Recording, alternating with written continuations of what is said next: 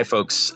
So we're going to do something a little different on today's edition of Frontlines Corner, which is I've asked a guest and a great friend and colleague of mine, Galina Ozgur, who leads the entire platform function at our firm here at HL Ventures, to join me to talk about a topic that's near and dear to my heart, which is the hands-on role of venture firms in helping their startups, or what is often referred to as platform.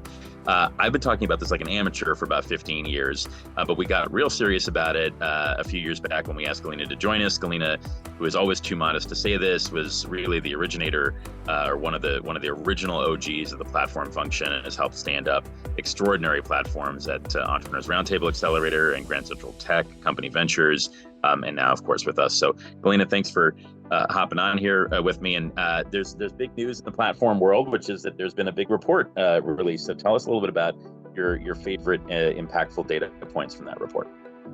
Thanks so much for the kind introduction, Oliver. And of course, happy to talk about the Power of Platform report, which you're referencing. But first, a huge shout out to the VC platform community, which produced the report. A little under 1,000 firms were surveyed before this saw the light of day, and tremendous work has gone into it. So huge congratulations to the team behind it, and so happy to talk about the key takeaways from this report with you today. Here's my quick analysis, and I believe there are really two key takeaways here that we should be paying attention to across the industry. Number one, platforms are becoming exceedingly professionalized. What does this mean?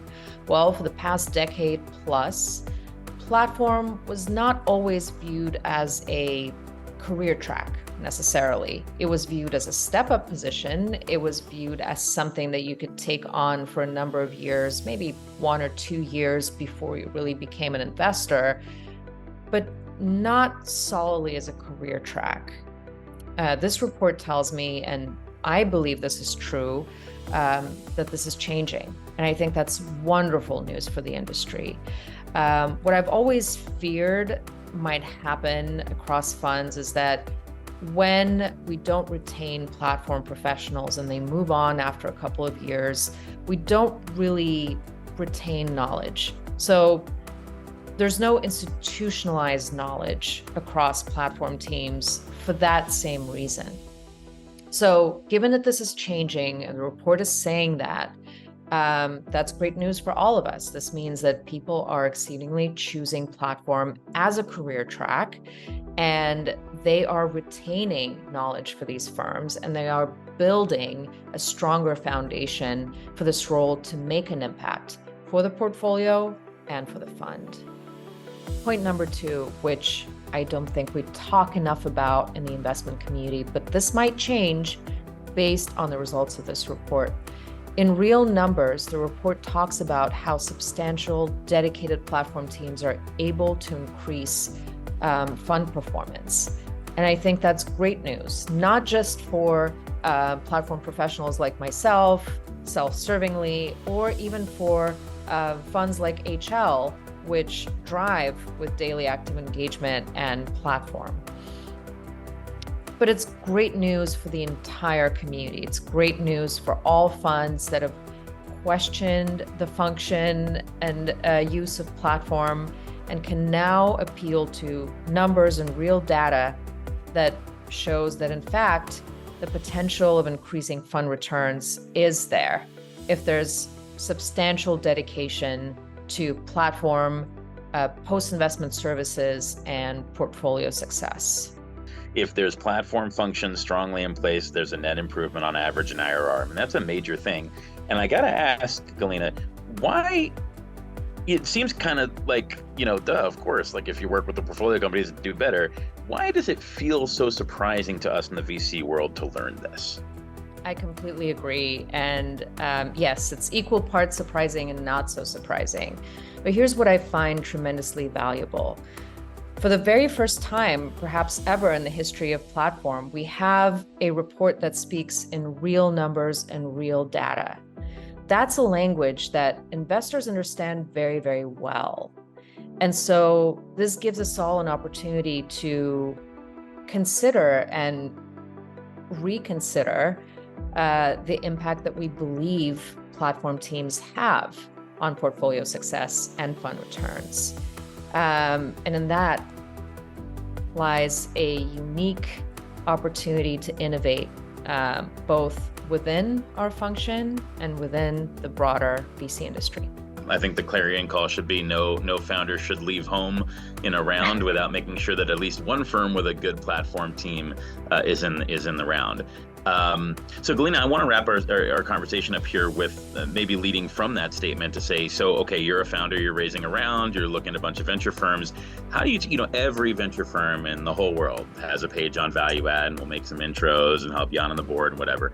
How do you really tell if a firm is genuine about wanting to add value in a hands-on way and whether they have a really capable platform to back that up? I think that any founder who is diligencing a platform team should spend some time understanding what the process really is for the fund when it comes to value-added services. So is there a process? Is there onboarding? What does communication look like? Is there a dedicated person? Have you spoken to that dedicated person? And do you know how tenured they are? How much knowledge they have about startups and growth? And do they want to know more about where your needs are? At the moment, 6 months from now, 12 months from now, are they asking the right questions? And I will leave you with one more, which I don't think that founders think about, because that just doesn't occur to them. But is the platform team properly incentivized? Is there upward mobility opportunities for the platform folks? Do they have carry in the fund? Are there IC seats that platform professionals have? And I will admit that this is quite rare. I hold an IC seat at HL, and that is very valuable. And I think that ultimately platform professionals who have a tenured position should move in that direction. But what I'm trying to say is founders should feel free to diligence the platform team to understand how that value is delivered. And if the platform teams are incentivized properly, the same way that investments team is, then there's a bigger opportunity for them to deliver on the value that is promised. If you're a founder and you are in a diligence process and you're hearing a lot about value add, but you haven't met anyone who works on the platform team, you haven't been asked what you need, and there hasn't been a process to intake what the firm can do to help you during the diligence process, question how much the firm really adds value in the long tail. And with that, thanks everybody. I hope you read the report. We'll include the link in the notes and look forward to seeing you next time.